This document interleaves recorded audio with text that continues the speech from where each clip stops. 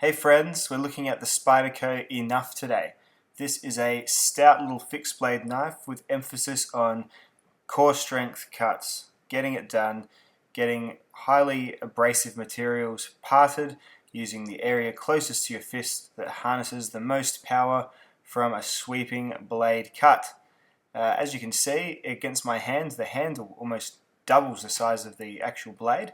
You get a nice full tang, very thick cut of VG10 steel, 4mm thick that is, and it sure does fit very, very comfortably in the hand. This is another case of Spyderco making a not particularly good looking knife, but a very, very ergonomic one, although there are some wins to be had there. For example, that nice satin finished blade, nice cool Spyderco etching, little spider hole there to keep the trademark in power. Spyderco Enough on the handle. That's FRN volcano grip sort of thing that they call it. Really, really comfortable and very, very grippy plastic material. After a while in gloves it can get a little bit tough, but FRN's been serving Spyderco well for a long, long time. Many grips possible with this one. You can reverse grip, you can forward grip. It's all about just getting as much hand on that handle as possible and then driving that blade through whatever material you're looking to cut. So let's have a look. This is a bit of a smaller knife. Let's compare it to a couple of other knives. Let's look at it next to a Spyderco PM2. It's always a good one. We'll look at it next to a Spyderco Delica. Everyone knows what a Delica looks like, yeah. We'll look at it next to a Falkniven F1, which is kind of another stout fixed blade knife. And then what about next to, we'll look at it next to the Hardcore Hardware LFK7, which I've had in recently. Very similar themed knife in terms of just having good grip, hardcore cutting power. Just using that little first few inches of the blade. They say that Spyderco Enough, it's called that because it is enough. It's enough to get all your cuts done, as long as you don't need to cut up a watermelon or something, I suppose. So with regards to the wins of this knife, the win has got to be just the overall execution of this knife. It is a cutting beast. It's got a flat ground VG10 blade, which makes it quite decent at sort of both hardcore, I can't stop saying hardcore ever since I've dealt with that knife, hard cutting tasks. So, you can put it through the garden hose, for example. I'll just be running a bit of a cutting montage up right now. So you can put it through things like garden hose, which is, pretty annoying stuff to cut. You can put it through things like, that sisal rope that's really nasty as well. But also because it's got a thin, flat ground tip and sort of edge bevel, it can do your fine slicing and shaving well enough as well. Let's have a bit of a cutting montage and then we'll pick it up again.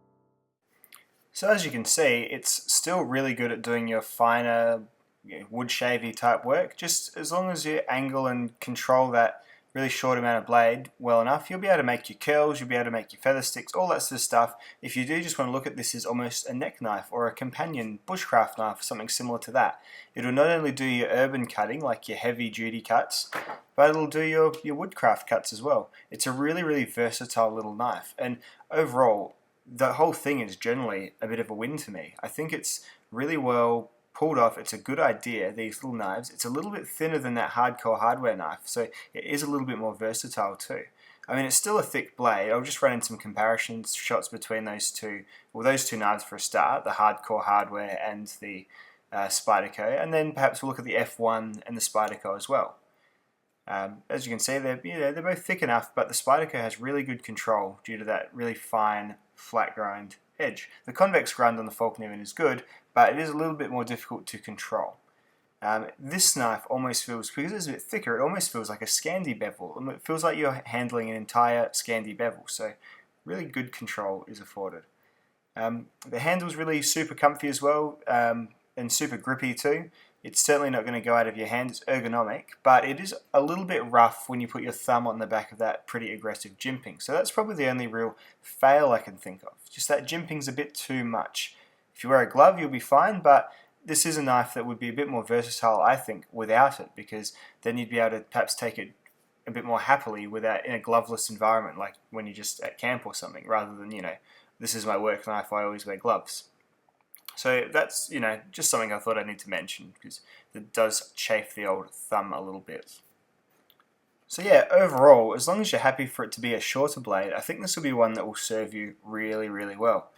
It's definitely a bit more specific in terms of its intentions, but I mean, as you can see, it barely spans that cucumber. But as long as you just need to be pushing through tough things, I think it's a good enough decision to buy an enough knife. I wouldn't mind if they amped the steel up a little bit to make those fibrous man-mades a little bit less abrasive to the steel. The sheath's really good. I always prefer to wear it like horizontal style in my support side with these little fixed blade knives, and this one does a really good job of that. It retains the knife well. I think it's just plastic, not Kydex, but you're not going to shake the knife out. It is really, really secure. And as long as you get the muscle memory up of how to place the knife back quite fluidly, it's enjoyable enough to carry like this. So the sheath is a real win. It's attached by one of those U-clip type things, so that's easy enough to modify. The general specs of the knife, I haven't gone over those yet. So I keep saying it's a short blade. It's a 70mm blade, which is, it's pretty short, 2.75 inches. The whole weight of this knife is 108 grams, so it's 3 ounces without the sheath. So very, very lightweight. That's about the same as a folder. They've skeletonized that tang under there, I guess. That's how they've done it. I think I've gone over the thickness. That was 4mm. And the VG10 steel doesn't have a lock, obviously, because it's fixed. I'm just reading off Spyderco specs. Made in Japan. Yeah, pretty much that's it. It's FRN handles. So it's just a really lightweight, strong, intense knife that's really good for making really big, sort of bold cuts through narrow materials. In terms of wins and fails, lots of wins, very few fails. I would just minimise that jimping. Maybe bring the price down a little bit, 150 Australians, probably a little bit more than I'd like to pay, but then it is a full slab of your VG10 with some machining done to it. You can see where the effort's gone. There is some other designs of this. You can get this in leaf, or you can get this in serrated sheep's foot. You can also get it in H1 steel, so those are some other options there. I'll just run those on the screen now. But overall, I really highly recommend it, and it's a really good work knife, and I'm really, really enjoying it so far. So thanks very much for watching, dudes, and I'll see ya in the next video.